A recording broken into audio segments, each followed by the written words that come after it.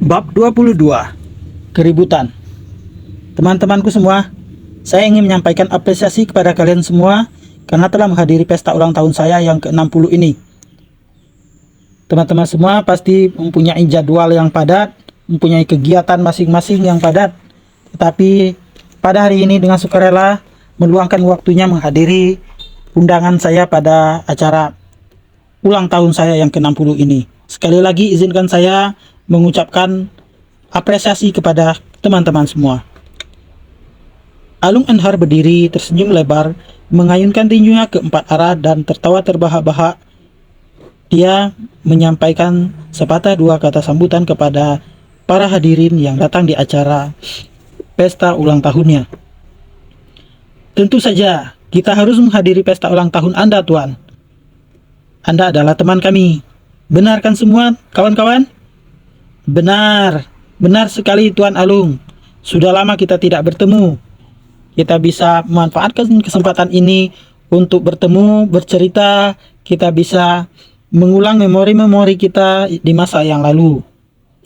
Alung Anhar, mari kita minum sepuasnya. Mari kita bersulang. Bersulang. Mari bersulang.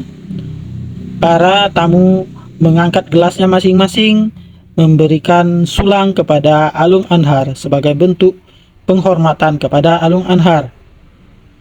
Ada 15 orang di meja yang sama dengan Saupin, termasuk dirinya. Semuanya adalah orang jenius dari anggota keluarga besar. Beberapa orang melirik Saupin dan Mena dengan rasa penasaran, kecuali Ai dan Alung Xiaodian. Mereka tidak mengenali Saupin, tetapi mereka semua mengetahui identitasnya yang merupakan menantu materi lokal di keluarga Alung. Beberapa orang memandangnya dengan rasa ingin tahu, sementara beberapa orang lainnya memandangnya dengan meremehkan. Mereka menganggap rendah Saupin. Kemudian mereka memandang Mena dengan aneh. Wanita muda ketiga dari keluarga Alung yang dikatakan mempunyai tanda lahir ini dikenal sebagai monster yang jelek.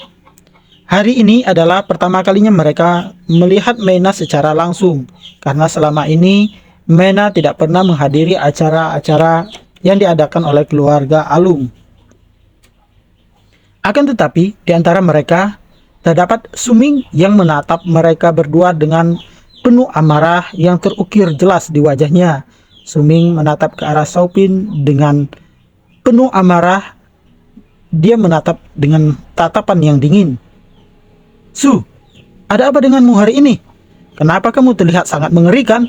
Seorang pria berpenampilan rapi di sampingnya tertawa, lalu bertanya kepada Suming. Sebenarnya bukan hanya dia, tetapi banyak orang di meja tersebut yang juga menyadari adanya perubahan pada wajah Suming. Mereka menyangka dan menduga bahwa Suming memiliki dendam kepada Saupin dan terus menatapnya dengan tajam. Tidak apa-apa.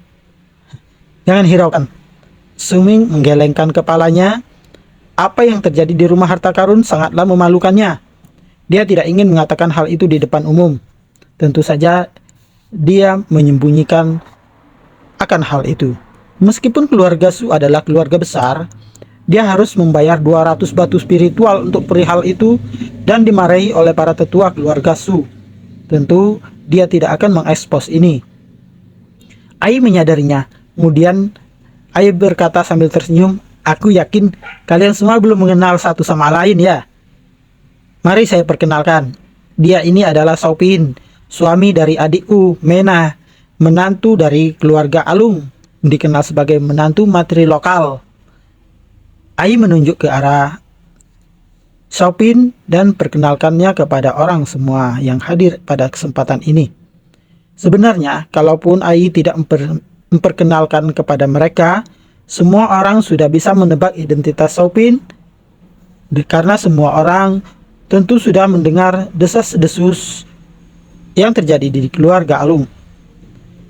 Alasan kenapa Ai memperkenalkan Saupin kepada mereka semua, tentu Ai ingin mempermalukan Saupin.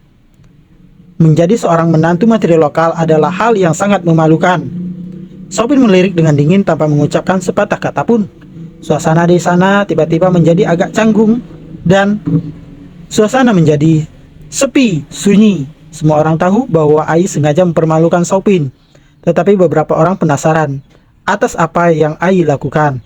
Mereka bertanya-tanya, mereka berpikir kenapa Ai membuat onar di pesta ulang tahun ayahnya ini. Akan tetapi kemudian Alung Xiaodian menambahkan sambil tersenyum, semuanya jangan meremehkan Xiaopin.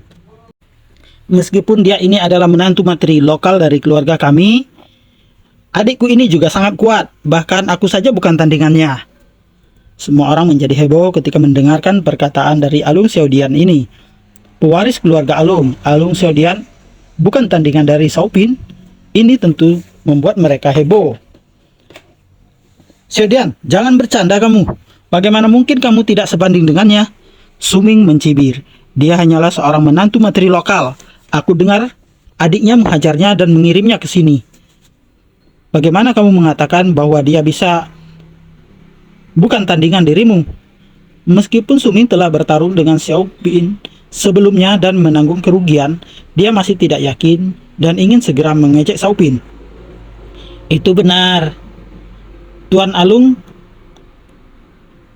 Anda adalah pemuda paling kuat di keluarga Alung. Bagaimana mungkin Anda tidak sebanding dengan seorang menantu material lokal seperti dia? Orang lain pun menimpali. Tetapi ketika dia melihat ke arah Xiaopin, semua hinaan terlihat dengan sangat jelas di wajahnya. Hahaha, aku mengatakan hal yang sebenarnya. Aku memang bukan tandingannya. Setelah jeda sesaat, Alung Xiaodian melanjutkan sambil tersenyum. Aku yakin di antara kita semua yang ada di sini tidak ada yang bisa dibandingkan dengan dia. Kita semua tidak ada yang mempunyai keahlian dan kekuatan seperti dia. Kita semua pasti bukan tandingannya. Kata-katanya langsung memicu ketidakpuasan semua orang yang hadir. Semua orang yang hadir adalah murid yang berbakat dari keluarga terpandang. Bagaimana mungkin mereka dianggap lebih rendah dari seorang menantu materi lokal? Tentu saja ini membuat semua orang menjadi heboh. Memalukan, ini sungguh memalukan. Alung Xiaodian, kamu tahu kalau aku tidak suka bercanda ya? Sebaiknya kamu menarik kembali apa kata-katamu barusan. Seorang pemuda berbicara, dia berpakaian serba hitam. Dia memandang semua orang yang hadir dengan tatapan dingin. Ini adalah pertama kalinya dia berbicara. Sejak tadi dia hanya duduk diam saja mengamati situasi. Wang Yun, aku tidak berbohong kok. Aku memang bukan tandingannya. Tapi aku tidak tahu denganmu. Alung Xiaodian menjawab dengan senyuman tipis. Semua orang di sekitar memandang Xiaopin dengan kebencian. Xiaopin tidak mengatakan sepatah kata pun, tetapi dia sudah punya banyak musuh. Xiaopin tentu merasa kesal dengan apa yang telah dilakukan oleh Alung Xiaodian. Tapi dia tetap diam menahan kemarahannya. Wajah Mena menjadi murung, dia tidak menyangka kedua saudaranya akan menjadi musuh Xiaopin. Hahaha, aku jadi sedikit penasaran nih dengan apa yang Alung Xiaodian katakan. Namamu Xiaopin kan?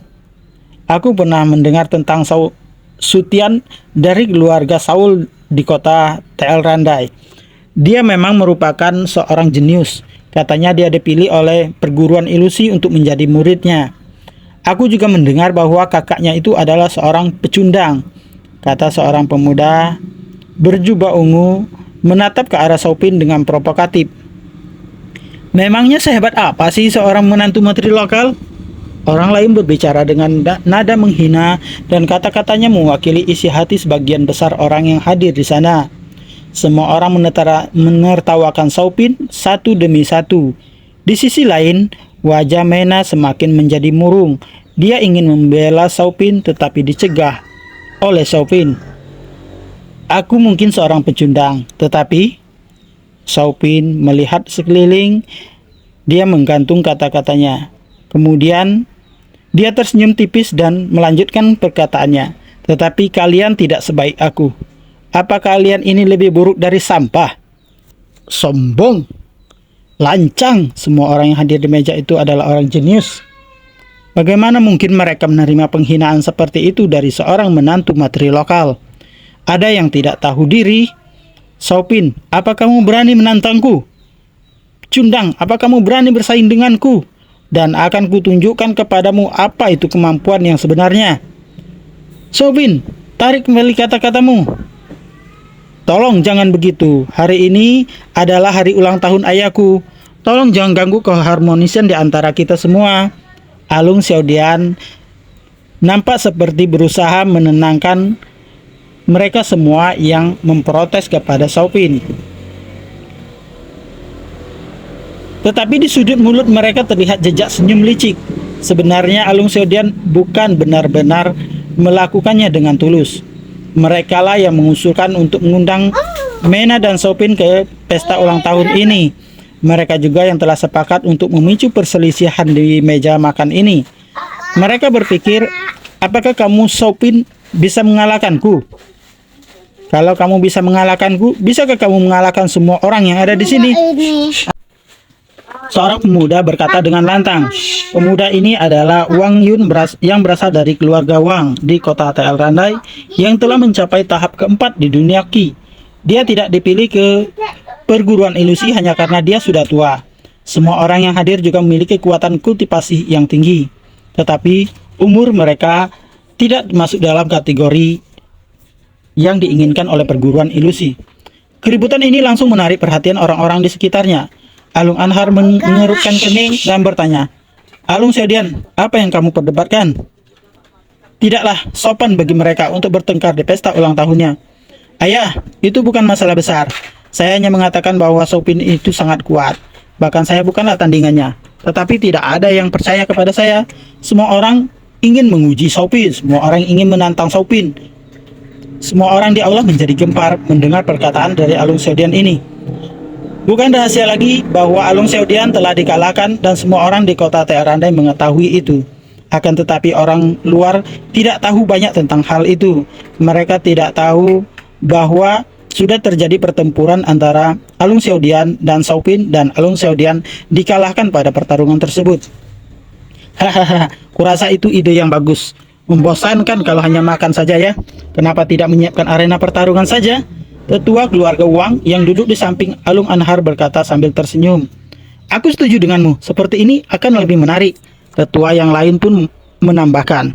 Haha, seperti itu akan ada pertandingan yang bagus.